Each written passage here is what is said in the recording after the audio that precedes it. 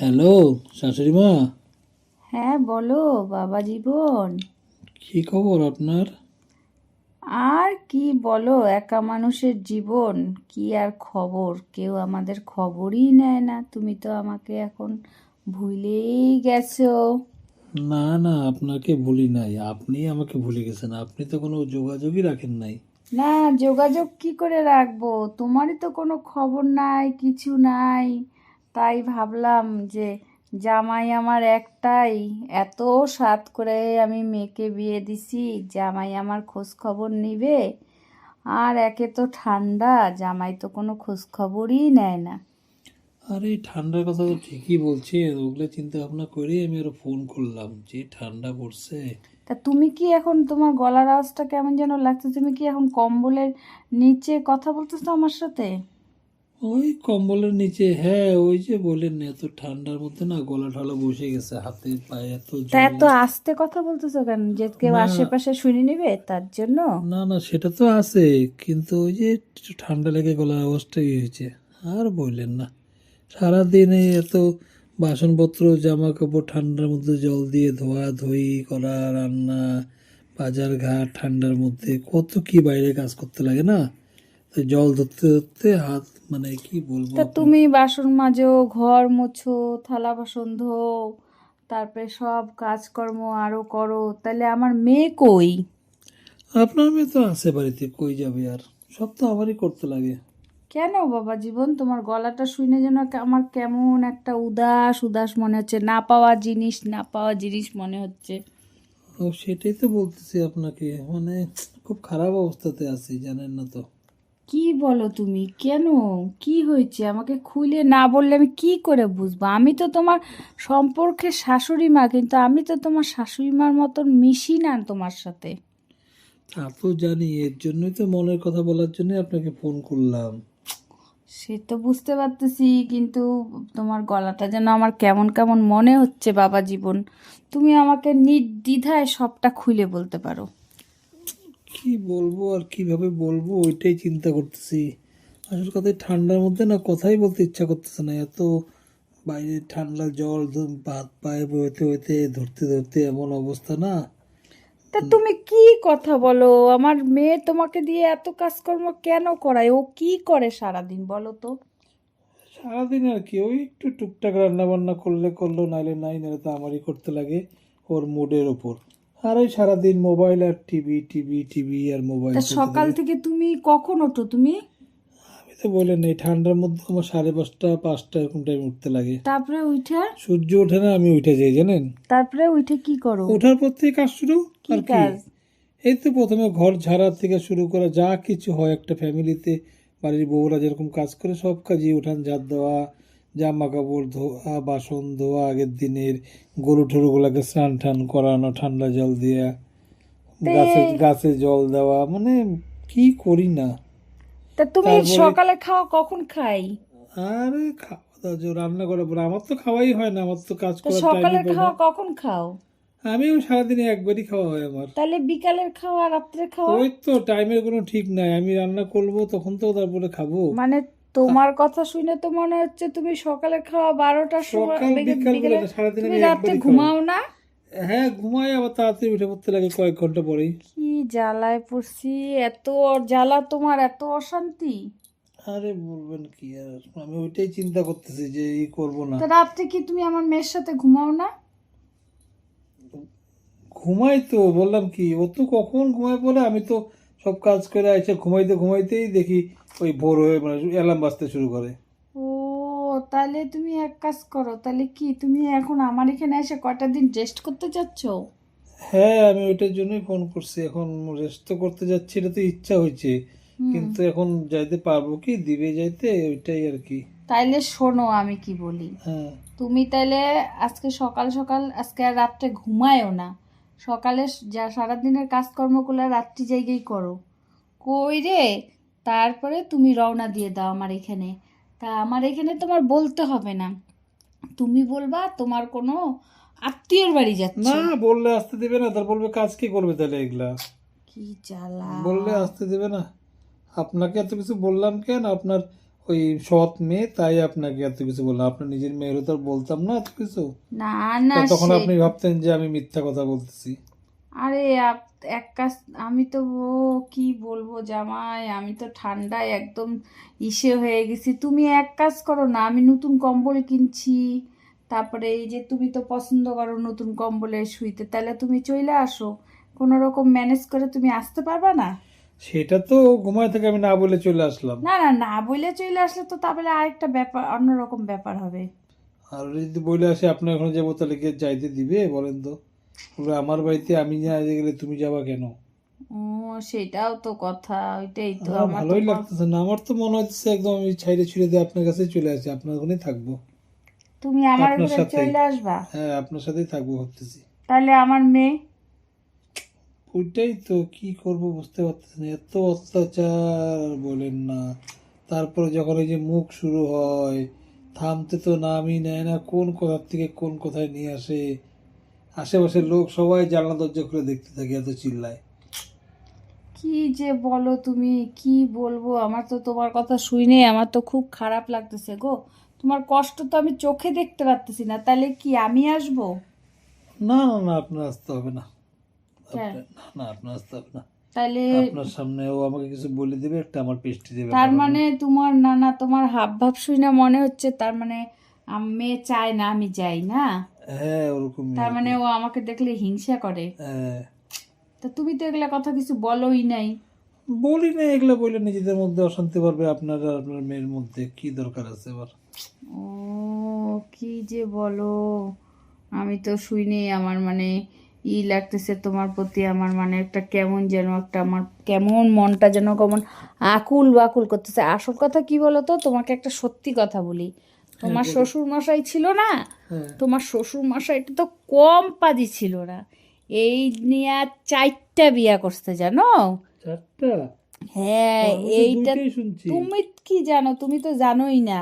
4টা বিয়া কি করে করছে বলো তো? একটা বিয়া তো মনে করো লাস্টের বিয়াটা তো কোনো রকম ভাবে মানে হয়ে গেল আমার সাথে, এইটা তো প্রথমটার না, এটা তো দ্বিতীয়টার। উনি প্রথমটার যে বিয়া করছিল না, তার যে লতায় পাতায় বোন, ওই শালিটার সাথে বিয়া হয়েছে তো।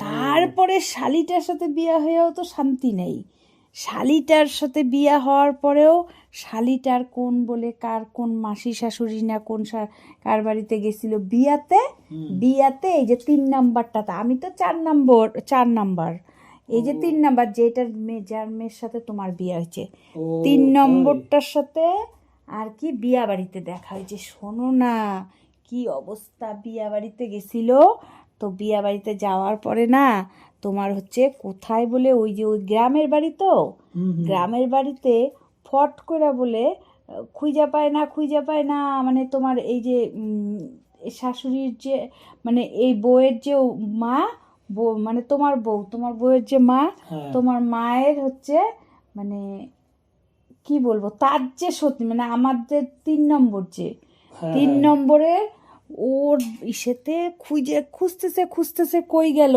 তারপরে খুঁজে পাইতেছে না। তার ও জামাই, হ্যাঁ, বলে। কি হইলো, তুমি চুপ হয়ে গেলা না কেন? না, আমি হলো লাইন কাটে গেছে, না, কিন্তু আমি হ্যালো হ্যালো করতেছি, কোনো আওয়াজ নাই। আমি তো বইলেই যেতেছি, তা শুনছো তো? তা ওই যে হ্যাঁ, ওইটুকু তো জামাইটা, হ্যাঁ শুনলাম। ওই হ্যাঁ। তো হঠাৎ করে মানে ওর যে মা, আরেকটা মা আর কি, খুঁজে বেড়াইতেছে খুঁজে বেড়াইতেছে, নাই নাই নাই নাই, কই কই কই, দেখে কি যে বিয়ে বাড়িতে গেছে এটা তো গ্রামের বিয়ে না, হ্যাঁ, হ্যাঁ। দেখে কি একটা পাট ক্ষেতের মধ্যে ওই দুইজনে ওইখানে, কি ও, অবস্থা, এই নিয়ে আর সারা গ্রামের মানুষ হই হই রই রই পড়ে গেছে, মানে মান সম্মান এত, এগুলা তো আমি কিছুই জানি না, পরে শুনছেন এইগুলা নাকি? তো পরে শুনছি। তারপরে ওখানে ধইরা সাত সাত ওদেরকে বিয়ে দিয়ে দিছে, ইস। বিয়া দিয়ে তারপরে তখন কি করবে, এখন একসাথে তো কেউ থাকবে না, দেখো সব কিছুর ভাগ দেয়া যায়, এটার ভাগ দেওয়া যায়, তাইলে যাওয়া যায় না। তা ওরও তো ওই রকমই এখন, তারপরে এই যে যে এটার তারপরে তো হইলো, তা আর আমার সাথে তো কি করে হয়েছে জানো না তো, বাসে যাচ্ছিলাম, যায় এমন ভাবে আমার সাথে পরিচয় হয়েছে, ও বলে বিয়াই করে নাই, ওর বলে কত দুঃখ, ওর বলে কত মানে ওর বলে কি এইসব বইলা বইলা আমাকে পড়তি পড়ায় পড়ায় পড়ায় তারপরে আমাকে বিয়া করছে। ও আপনার খবর নেন নাই তাহলে আশেপাশে কোথাও কি আছে না না আছে? আমি তো প্রেম কর মানে দেখেই পইটে গেছি, আমাকে তো দেখা পছন্দ করছে, আমিও পছন্দ করলাম। নিরীহ মানুষটা ভালোবাসা দেয় দেয় এরকম যদি পাই কি, তারপরে তো এই এক এক করে এই ঘটনা। আর স্বভাব চরিত্র ভালো না তো, একদম স্বভাব চরিত্র, রাস্তা দিয়ে যেতে যাইতে চায় তাকে এরকম করে তাকায় থাকে হা করে। একদিন তো রাস্তায় যাচ্ছি যাচ্ছি আমি পিছনে সাইকেলের পিছনে বসছি, আর তোমার শ্বশুর চালাচ্ছিল, দেখি কি একটা মেয়েকে সমানে ইশারায় চুম্মা দিচ্ছে, কি অবস্থা। পরে তোমার শ্বশুর মশাইকে সাইকেল থেকে নামায় একটা ঠাস করে একটা চট যখন মারছে, আমি তো বুঝতে পারতেছি না, বুঝি নাই। তারপরে যখন দেখলাম যে তোমার এরকম এরকম ব্যাপার হইলো, যখন সবাই বলতেছে, তখন আমিও একটা ঠাস করে দিয়ে দিছি চর। কাকে? তোমার শ্বশুরমশাইকে। ও কি করবো, এগুলা এগুলা মান সম্মানের ব্যাপার না, তুমি বলো। তাইলে আমাদের সঙ্গে আপনি আছেন, আপনি এমনি মানে সঙ্গে এত সুন্দরী একজন আছে বউ, তারপরে আবার এরকম যা করতেছে। ধুরু যা, তুমি বলো কি এগুলা স্বভাব ভালো না তো, না না, আমি একদম আপনার ভালো কথা না। বললাম। আপনি মানে উনি যদি থাকতো না পৃথিবীতে, তাহলে উনি মানে গোটা 12টা বিয়া করে ফেলতো, জানো না তো কি অবস্থা। মানে কি বলবো, তারই তো মেয়েটার মনে হয় তোমাকে দিয়ে আর ভালো লাগতেছে না, বুঝছো। এখন মানে ও চিন্তা করতেছে কি অন্য জায়গায় বিয়া ঠিয়া করবে নাকি, এগুলাই চিন্তা। তা তুমি কি বুঝলা ওর ভাবটা, কিছু বুঝলা? কারোর সাথে কথাটা তো ফোনে কথাটা না, তো বলে। ফোনে তো কথা শুনি না, এখন মেসেজে কথা হয় মনে হয়। তাহলে তা তুমি কি দেখছো এখন, কি মোবাইল তো সারাক্ষণ মোবাইল ঘাটতে, মোবাইল মোবাইলকে টিপটাপ কি টিপটাপ কি করতে সারাক্ষণ থাকে। সাইজে গুইজে থাকে? হ্যাঁ, সাইজে গুজে তো থাকে, হ্যাঁ বাড়িতে কাজ না করলে সে তো সাইজে গুজে থাকবেই। না না, তুমি জামাই বোঝো না। যখন দেখবা কোনো মেয়ে মানুষ ছেলে মানুষ খুব একদম মানে সাইজে গুইজে ফিটফাট একদম সবসময় থাকে, ঘরের মানুষকে পাত্তা দেয় না, দেয় না, তখন বুঝবা যে কোনো একটা ব্যাপার আছে। তা ওর কি সেগুলা ব্যাপার আছে? সেটা এখন সাইজে গুজে তো থাকে, সাইজে গুজে তো মোবাইল নিয়ে এইটা ওইটা করতে থাকে। তোমাকে তো যা শুনলাম, তোমাকে তো 5 পয়সা দিয়েও পাত্তা দেয় না, না, ওই সে যে তো আমি ঘর সেই মোছার কাজই করি। ন্যাকড়া হ্যাঁ যেরকম সেরকম তোমাকে মনে করে। হ্যাঁ, আমি তো ওই জন্য সব কাজ করাই চাকরের মতো, কি বলবো আর। তাহলে তুমি এখন কি চিন্তা ভাবনা করতেছো, আমাকে একটু বলো তো আমি তো চিন্তা পরিষ্কার ভাবনা করে। করতেছি আমি আপনার সাথে এসেই থাকবো। তুমি আপনার আমার যদি সাথে আপনি থাকলে রাজি থাকেন। লোকে যদি খারাপ বলে?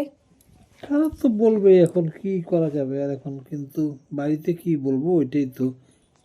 একদিন দুদিনের জন্য আসলেও একটু মাথাটা ইয়ে হতো, কিন্তু কি বলে আসবো। ঠিক আছে, আমি একটা কাজ করি, আমি একবার বলেই আছি কোনো কোনো একটা জায়গায় যাওয়ার কথা, 2 দিনের জন্য বলি, দেখি কি বলে। সেইটা তারপরে আপনাকে আমি ফোন করবো পরে একবার, তাও। সেইটা তো ঠিক আছে। এখন সবাই যদি বলে বউকে ছাইরা শাশুড়ি মার কাছে চলে আসছে জামাই, ওইটা তো একদিন দুদিনের তাহলে জন্য লোকেই করবে না, ওইটা তো একটা হবে না। সেটা আমি একবার, একটা তো পরের কথা। আগে আমি একদিন 2 দিনের জন্য আসি, আপনার সাথে একটু গল্প সল্প করি, সময় কাটায় যাই। হুম। আপনার মতো একজন সুন্দরী শাশুড়ি পাইছি আমি, যদি না হয় মানে না আসি আপনার এখানে, তাহলে কেমন হয় বলেন তো। কত সুন্দর আপনি জানেন। হে জামাই, তুমি বলো সুন্দর সুন্দর, আচ্ছা, আমি আপনি কি আগের মতো সুন্দর আছেন না কমছে না বাড়ছে? না। বাড়ছে মনে এই হয় আরো। তোমার পাশের বাড়ির এই যে তোমার যে পাশের বাড়ির যে মানে কাকা শ্বশুর আছে, আমার হ্যাঁ যে দেওর হ্যাঁ। তো বলে, আমি বলে খুব সুন্দর হয়েছি দেখতে। ও, উনি আবার সারাক্ষণ এই উনি কি লাইন মারে নাকি আপনার সঙ্গে? না না চাই, ও, আমাকে খুব ভালো লাগে। তা আমি তো পাত্তাই দিই না, তুমি তো জানোই ভালো করে, আমি তো কারোর সাথে, তোমার সাথে ছাড়া আমি কারোর সাথে কথা বলি নাই বলে। তাহলে কি চিন্তা ভাবনা করলা যে বউরে ছাইরা তুমি শাশুড়ি মার কাছেই থাকবা? না ওটাই তো ইচ্ছা, কিন্তু আমি আগে 2 দিনের ছুটির কথা বলে দেখি ওর মাথাটা কেমন কি আছে, কি কি ছুটি বলে। বলবো, তুমি তো কাজই করো না, তুমি তো ঘরেরই কাজ করো ছুটি ওগুলো। না, বাড়িতে বলে আসবেন 2 দিনের জন্য, কোনো একটা আত্মীয়ের বাড়ির কথা বলবো, সেখানে যাচ্ছি, ওই ছুটি। ও, আমি ভাবলাম যে কি না ব্যাপার, জামাই তো না, আমার কাজই আমার করে তো না। মালকিন এখন ও না, এখন ছুটি নিতে লাগবে ওর থেকে, তারপরে তো। তাইলে এক কাজ করো, তাহলে তুমি বইলেই ফেলো যে ঠান্ডা পড়ছে, এই ঠান্ডায় জামাই জল থলা তো ধইরো না, কিন্তু কি করা যাবে পরে কিন্তু বলেন তো। মুশকিল হবে। তুমি শুধু তোমার বউকে একটু চোখে চোখে রাখো, বুঝছো। তোমার বউয়ের তো স্বভাবও ভালো না গো, আমি কি বলবো। তো যাই হোক, আমি এখন বেশি শাসন করতে গেলে তখন আমাকে দুনিয়ার উল্টা পাল্টা কথা বলবে, বুঝছো। হুম। এখন তুমি পরের বাড়ির ছেলে, তোমাকে এত কষ্ট দিচ্ছে, আমার তো এটা সহ্যও হচ্ছে না গো জামাই, কি বলবো। আমার তো কান্নাই পেয়ে যাইতেছে, তোমার কষ্ট দেখে আমার কষ্ট হচ্ছে। কি বলবো আর না না জামাই? যাই হোক, আপনি এত চিন্তা করেন, আমি আসি, তারপরে আপনার এখানে আসলে তো তখন আমার এইসব চিন্তা ভাবনা মাথায় থাকেই না, না তখন খালি না, আমি অন্যরকম চিন্তা হ্যাঁ, ভাবনা তুমি শুধু। আসো, আমি দরকার পড়ে কি বলবো তোমাকে মুখে বলতে লাগবে না, তুমি আসো, আমি তোমার জন্য যা যা তুমি ভালো মন্দ যা পছন্দ করো আমি সবটা তোমার জন্য তৈরি করে রাখবো, তুমি বুঝছো? তুমি ঠিক আসো আছে, আমি তাহলে তাহলে কথা বলি, কি বলে শুই না, আপনাকে জানাই আগে কি হইলো না হইলো, কবে আসবো তারপরে। না না না, তুমি যেইভাবে হোক চলে আসো, হ্যাঁ আমি আমি তো দেখে নিব, প্রচন্ড চেষ্টা করবোই আমি। আশেপাশের লোকজন যা বলে বলুক আমি দেখে নিব, তুমি আশেপাশের চিন্তা করো লোকের না। কথা আমি চিন্তা করতেছি না আমি। তাহলে ও আমার মালকিন আমাকে কি বলে, ছুটি দেয় কি না ও, সেটা সেটা, বলতেছি। না সেটা তো ঠিক আছে, ঠিক আছে, তাহলে কোনো সমস্যা নেই। হ্যাঁ ঠিক আছে, তাহলে তাহলে এখন রাখি না, অনেকক্ষণ হলে তো আবার ডাক পড়বে। হ্যাঁ হ্যাঁ, তাহলে এখন কি আবার রান্না বাড়ি করবা? এখন একটু, হ্যাঁ অল্প রান্না করছি, হুম, রান্না, তারপরে আবার একটু কি জিনিস আনার জন্য বাইরে আসছি বাজারে, তাই আপনাকে ফোন তুমি যে করতেছি। বলো শুয়েছিলা। না না, তখন তো শুয়ে উঠে মাঝখান থেকে চলে আসছি আমি ওইটা। ও, আবার মাঝখানে তো তোমার সাথে আমার কতক্ষণ ফোনে বন্ধই হ্যাঁ ছিল আমার। তখনই বলে চলে আসছি। ঠিক আছে জামাই, তাহলে দেখে শুনে থাইকো, আর হ্যাঁ ঠান্ডা ঠান্ডা হ্যাঁ, লাগায় না, না হ্যাঁ? না ঠিক তুমি আছে। লোকের চিন্তা করো না, আমি লোকের সামলাই নিব, তুমি ঠিক আছে, চলে আসো আপনিও দেখে তাহলে। শুনে থাকেন, হ্যাঁ। হ্যাঁ ঠিক আছে, রাখো তাহলে জামাই। আচ্ছা।